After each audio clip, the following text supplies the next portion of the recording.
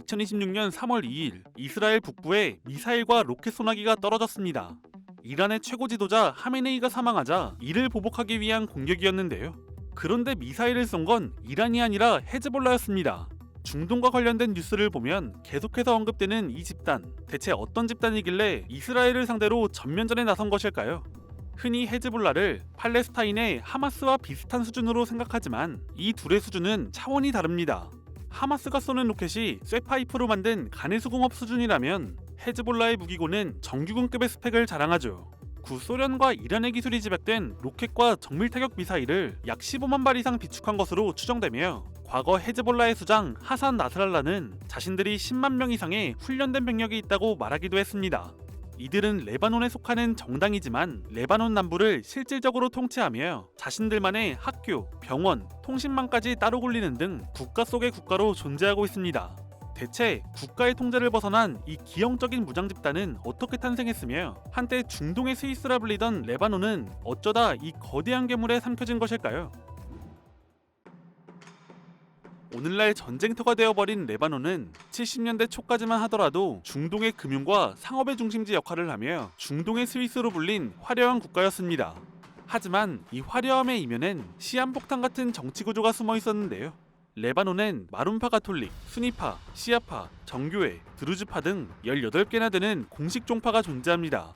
레바논의 엘리트들은 1943년 독립 당시 이 많은 종파들의 갈등을 막기 위해 비공식 협상을 벌여 권력을 나누는데요.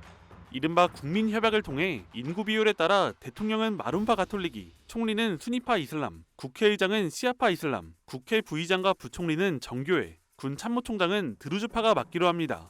일단 겉보기엔 그럴듯해 보이는 서로 다른 구성원들이 화합한 모자이크 평화를 만들어내긴 했지만 균형이 조금이라도 어긋나면 무너질 것만 같은 아슬아슬한 평화였죠. 그런데 이런 상황에서 단순히 균형이 어긋난 게 아니라 밖에서 돌멩이가 날아와 와장창 무너지는 사태가 발생합니다. 1970년 요르단에서 쫓겨난 팔레스타인 해방기구라는 무장 세력이 대거 레바논 남부로 유입되는데 이들은 이곳을 거점으로 이스라엘을 공격하기 시작합니다. 한편 팔레스타인 난민과 무장 세력의 유입은 레바논 내 종교 간 인구 비율과 권력 균형을 무너뜨렸습니다. 이로 인해 권력 재분배 문제와 외교 노선 방향, 팔레스타인 난민 유입 문제 등 여러 갈등이 폭발했고 결국 기독교 민병대와 팔레스타인 무장 세력을 포함한 무슬림 세력 간의 내전이 발발합니다. 15년 동안 약 35만 명의 사상자가 발생했고 100만 명에 가까운 피난민이 발생하는 등 국토는 철저히 파괴되었습니다. 이런 내전 속에서 가장 큰 고통을 받고 있던 것은 주로 남부에 살고 있던 시아파 무슬림들이었습니다. 시아파는 전통적으로 레바논에서 가장 빈곤하고 소외된 계층이었는데요. 남부엔 학교와 병원 같은 기본적인 인프라조차 부족했고 독립 이후 인구가 폭발적으로 증가해 레바논 최대 종파가 되었지만 1932년 이후 공식적인 인구조사가 이루어지지 않아 권력에서 배제되었습니다. 이런 상황에서 삶의 터전인 남부 지역에 팔레스타인 무장 세력이 들어와 이스라엘을 공격, 이스라엘 정규군이 이에 반격하며 시아파 터전은 쑥대밭이 된 것입니다. 내전으로 이들을 보호해주는 정부가 없었고 기득권 정치인들은 자신들의 종파를 챙기기 급급했습니다. 이렇게 훗날 헤즈볼라가 자라날 완벽한 환경이 만들어졌습니다. 내전 초기 소외된 시아파 대중들의 곁에는 종교 지도자 무사 알사드르가 있었습니다. 그는 시아파 주민들을 결집시켜 정치, 사회적 권리를 주장하는 한편 1975년 내전 속에서 주민들을 지키기 위해 민병대이자 정치조직 아말을 창설합니다. 아랍어로 희망이란 뜻의 아말은 체제 전복을 노리는 급진적인 단체는 아니었고 차별받던 시아파의 권리 향상을 주장하던 비교적 온건한 집단이었습니다. 그런데 1978년 충격적인 사건이 발생합니다. 지도자 무사 알사드르가 리비아의 카다피의 초청을 받고 리비아에 방문했다가 흔적도 없이 증발한 것입니다. 절대적인 구심점이었던 그가 하루아침에 사라지자 시아파 사회는 엄청난 충격과 혼란에 빠졌습니다. 아말 지도부는 다른 인물들로 채워졌으나 이전처럼 강력한 카리스마는 없었죠. 시아파 사회는 중심을 잃고 분열하기 시작했고 청년들 사이에선 평화적인 방법으론 아무것도 바꿀 수 없다는 강경한 목소리까지 나오기 시작합니다. 이들의 분노가 폭발한 것은 1982년 이스라엘이 레바논을 침공하면서입니다. 이스라엘은 팔레스타인 해방기구를 소탕하겠다며 레바논 남부를 공격했는데요. 팔레스타인의 강압적 통치에 시달리던 시아파 주민들은 처음엔 이스라엘군을 환영했지만 이스라엘은 상황이 종료된 뒤에도 철수하지 않고 가혹한 점령 통치를 시작했습니다.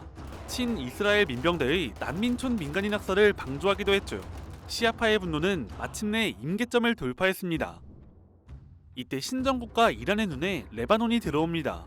이란은 1979년 이슬람 혁명에 성공한 이후 중동 전체로 혁명을 수출할 기회를 엿보고 있었는데 이란의 지도자 호메이니는 레바논 남부의 혼란을 완벽한 기회로 봤습니다. 그는 1500명에 달하는 혁명 수비대 교관들을 레바논 백하계곡으로 파견해 아말의 강경파와 분노한 시아파 청년들을 긁어모았습니다. 그러곤 이들에게 철저한 군사훈련을 시켰고 막대한 자금과 최신 무기를 쏟아부었죠. 이렇게 아랍어로 신의 당이란 뜻의 헤즈볼라가 탄생합니다. 헤즈볼라가 자신들의 존재를 선포한 것은 1985년인데 전문가들은 실질적으로는 이미 1982년부터 여러 가명을 쓰며 점조직 형태로 무장투쟁을 벌였던 것으로 보고 있습니다. 헤즈볼라는 전 세계를 경악하게 만든 충격적인 전술을 들고 나왔습니다. 1982년 11월 레바논 남부 티레의 이스라엘 정보기관에 어느 한 트럭이 돌진하더니 곧 엄청난 폭발을 일으키는데요. 무려 90여 명이 사망한 이 사건은 현대 테러리즘의 양상을 바꾼 헤즈볼라의 첫 자살폭탄 테러였습니다. 이어서 1983년 4월엔 베이루트의 미국 대사관에 동일한 테러가 발생해 63명이 사망했고 10월엔 미 해병대 막사와 프랑스 공수부대 막사의 폭발이 일어나 미군 241명과 프랑스군 58명이 사망합니다. 미국을 비롯한 서방 다목적군은 이듬해 레바논에서 철수합니다. 헤즈볼라의 다음 타겟은 레바논 남부를 점령하고 있던 이스라엘군이었습니다. 이들은 이란이 제공한 무기와 훈련을 바탕으로 대전차 미사일과 급조 폭발물을 활용하며 게릴라전을 펼쳤죠. 끝없는 소모전에 지친 이스라엘은 2000년 5월 무려 18년 만에 레바논에서 완전 철수합니다. 아랍 국가들의 정규군조차 못한 일을 일개 무장단체가 해낸 것입니다. 헤즈볼라의 신화가 정점에 달한 것은 2006년 여름이었습니다. 헤즈볼라가 국경을 넘어 이스라엘 군인들을 납치하고 살해하자 이스라엘이 헤즈볼라를 뿌리뽑겠다며 레바논을 전면 침공했는데 모두가 이스라엘의 압승을 예상했지만 전황은 다르게 흘러갔습니다. 헤즈볼라는 지하벙커 네트워크와 대전차 미사일 부대를 활용해 저항했고 이스라엘 지상군 진격을 무려 34일이나 막아내는 전무후무한 성과를 올린 것이죠. 결국 이스라엘은 목표를 달성하지 못한 채 UN 안전보장이사회의 중재로 철수해야만 했습니다. 중동 최강의 군대와 맞붙어 판정승을 거둔 이 사건은 아랍권 전체에 엄청난 충격과 호응을 얻었습니다. 사람들은 종파를 뛰어넘어 헤즈볼라에 환호했죠. 이 사건을 계기로 헤즈볼라는 단순 시아파 민병대를 넘어 이스라엘에 맞선 아랍 저항의 상징이자 강력한 비국가 무장 세력으로 군림하게 됩니다. 헤즈볼라는 아랍권의 영웅이 되었지만 레바논 내부의 시선은 복잡해지기 시작했습니다. 일개 무장단체가 국가의 통제를 벗어나 이스라엘과 전면전을 벌이며 국토를 망가뜨렸기 때문이죠. 그렇다면 레바논 정부는 왜 헤즈볼라를 제어하거나 해산시키지 못했을까요? 1992년 이스라엘이 헤즈볼라의 2대 사무총장을 암살하자 당시 32세였던 하산 나스랄라가 집권하게 됩니다. 헤즈볼라는 그가 집권하며 크게 변했는데 이스라엘 군인 1명을 죽이기 위해 헤즈볼라 전투원 5명이 필요하던 것이 1.5명까지 줄어드는 등 전술과 정보 수집 능력이 비약적으로 발전했습니다. 또한 제도권 정치에 들어가 의석을 획득했으며 자체적인 학교, 병원, 진료소, 농업지원센터 등 사람들에게 복지를 제공하며 마음을 사로잡았죠. 이러한 시스템과 압도적인 무력이 정부의 통제를 벗어나 국가 속의 국가로 있을 수 있게 한 것입니다. 그렇다면 레바논 정규군을 압도하는 미사일과 병력 유지비, 천문학적인 복지 자금은 어디서 나왔을까요? 경제 제재에 시달리는 이란의 뒷돈만으론 턱없이 부족했는데 헤즈볼라의 자금은 마약에서 나왔습니다. 이들은 남미 카르텔과 손잡고 마약 밀매와 돈 세탁을 통해 돈을 벌어들였고 최근 중동 전역으로 밀매되는 마약 캡타곤 거래에도 깊숙이 개입하고 있습니다. 한편 1989년 레바논 내전이 종식되며 타이프 협정으로 다른 모든 민병대가 무장을 해제할 때 헤즈볼라는 자신들의 무기는 이스라엘을 향한다는 명분으로 무장을 해제하지 않았는데요. 그러나 이들의 총구가 자국민을 향할 수 있다는 사실이 곧 드러납니다. 그 시작은 2005년 레바논 재건을 이끌던 순위파 출신의 라피크 하리리 전 총리 암살 사건인데 훗날 암살의 배후가 헤즈볼라 대원으로 지목됐습니다. 2008년 5월엔 레바논 정부가 헤즈볼라의 불법 자체 통신망을 단속하고 친 헤즈볼라 성향의 베이루트 공항 보안 책임자를 해임하려 하자 헤즈볼라는 즉각 총구를 자국민에게 돌려 수도 베이루트 서부를 무단 점령했습니다. 무력을 앞세운 협박에 굴복한 정부는 내각의 30석 중 11석을 헤즈볼라를 포함한 야당에 넘기는데, 이렇게 헤즈볼라는 3분의 2 이상이 찬성해야 하는 정부 중요 결정 사안을 언제든지 무산시킬 수 있는 합법적인 권한을 쥐게 됩니다. 2012년엔 헤즈볼라의 신화가 완전히 산산조각납니다. 시리아 내전에 개입하면서 이스라엘과 싸운다던 총구가 무슬림에게 향하는 사태가 발생한 것입니다. 헤즈볼라는 이란의 명령에 따라 아사드 독재 정권을 구출하기 위해 수천 명의 전투원을 파병했고, 이 과정에서 반군과 수많은 순위파 민간인들을 학살했습니다. 아랍권의 칭송과 지지는 곧 분노와 경멸로 바뀌었죠. 심지어 헤즈볼라의 초대 사무총장마저 이 같은 행위를 맹렬히 비난했습니다.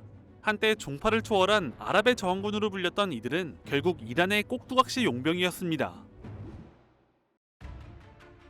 2023년 10월 팔레스타인 무장정파 하마스가 이스라엘을 기습 공격하며 이스라엘 하마스 전쟁이 발발합니다.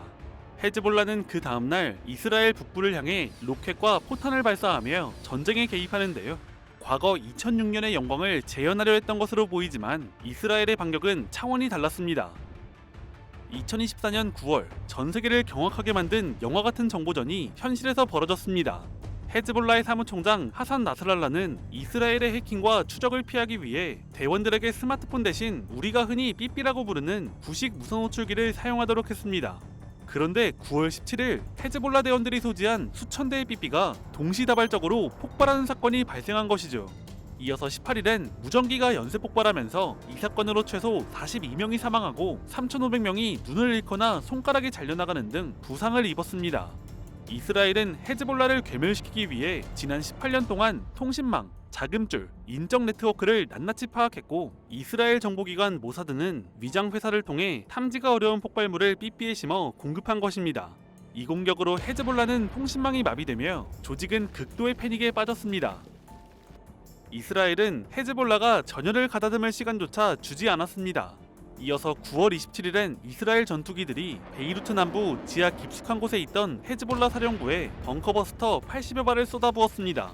32년 동안 헤즈볼라를 이끈 1인자 하산 나스랄라는 물론 그를 돕던 이란 혁명수비대의 고위사령관과 수많은 헤즈볼라 지휘관들이 그 자리에서 폭사합니다. 그리고 충격이 채 가시기도 전 나스랄라의 뒤를 이을 1순위 후계자 하셈 사피에딘마저 며칠 뒤 이스라엘 공습으로 암살당하며 헤즈볼라의 지휘체계는 말 그대로 증발했습니다. 이렇게 수뇌부가 참수당하고 통신망이 박살난 헤즈볼라는 이스라엘의 폭격과 지상군 투입을 견디지 못했습니다. 결국 120만 명 이상의 피난민이 발생하고 수많은 병력과 막대한 무기를 잃은 끝에 2024년 11월 27일 미국과 프랑스의 중재하에 이스라엘과 휴전 협정을 맺게 됩니다. 이 협정으로 헤즈볼라는 60일 이내에 자신들의 핵심 지역인 레바논 남부에서 모든 무장 병력을 철수해야 한다는 조건을 받아들였습니다. 2026년 2월 28일 미국과 이스라엘이 이란을 겨냥한 대규모 합동 공격을 단행했습니다. 이 과정에서 이란 최고 지도자 하메네이가 사망했고, 헤즈볼라는 곧 즉각적인 보복을 말했죠. 그리고 3월 2일 헤즈볼라는 휴전 협정을 깨고 이스라엘 북부에 미사일을 발사했습니다. 레바논 전체를 이란을 위한 방패막이로 던져버린 것입니다. 그런데 이번엔 상황이 다릅니다. 과거 헤즈볼라는 아랍권의 영웅이었지만 현재는 레바논 시아파 내에서조차 지지를 잃어가고 있었죠. 결국 레바논 총리는 헤즈볼라를 규탄하며 사상 최초로 헤즈볼라의 모든 군사안보 활동을 불법으로 규정, 정규군을 투입해 헤즈볼라 대원들을 체포하기 시작했습니다. 이스라엘군의 폭격과 지상군 투입, 그리고 자국 정규군의 압박이라는 양면 전선에 갇힌 헤즈볼라는 창립 이후 가장 치명적인 위기를 맞이하고 있습니다. 국가 속의 국가로 군림하며 레바논을 집어삼켰던 헤즈볼라는 과연 전쟁에서 살아남아 부활할 수 있을까요? 아니면 창설 40여 년 만에 완전히 뿌리 뽑히게 될까요?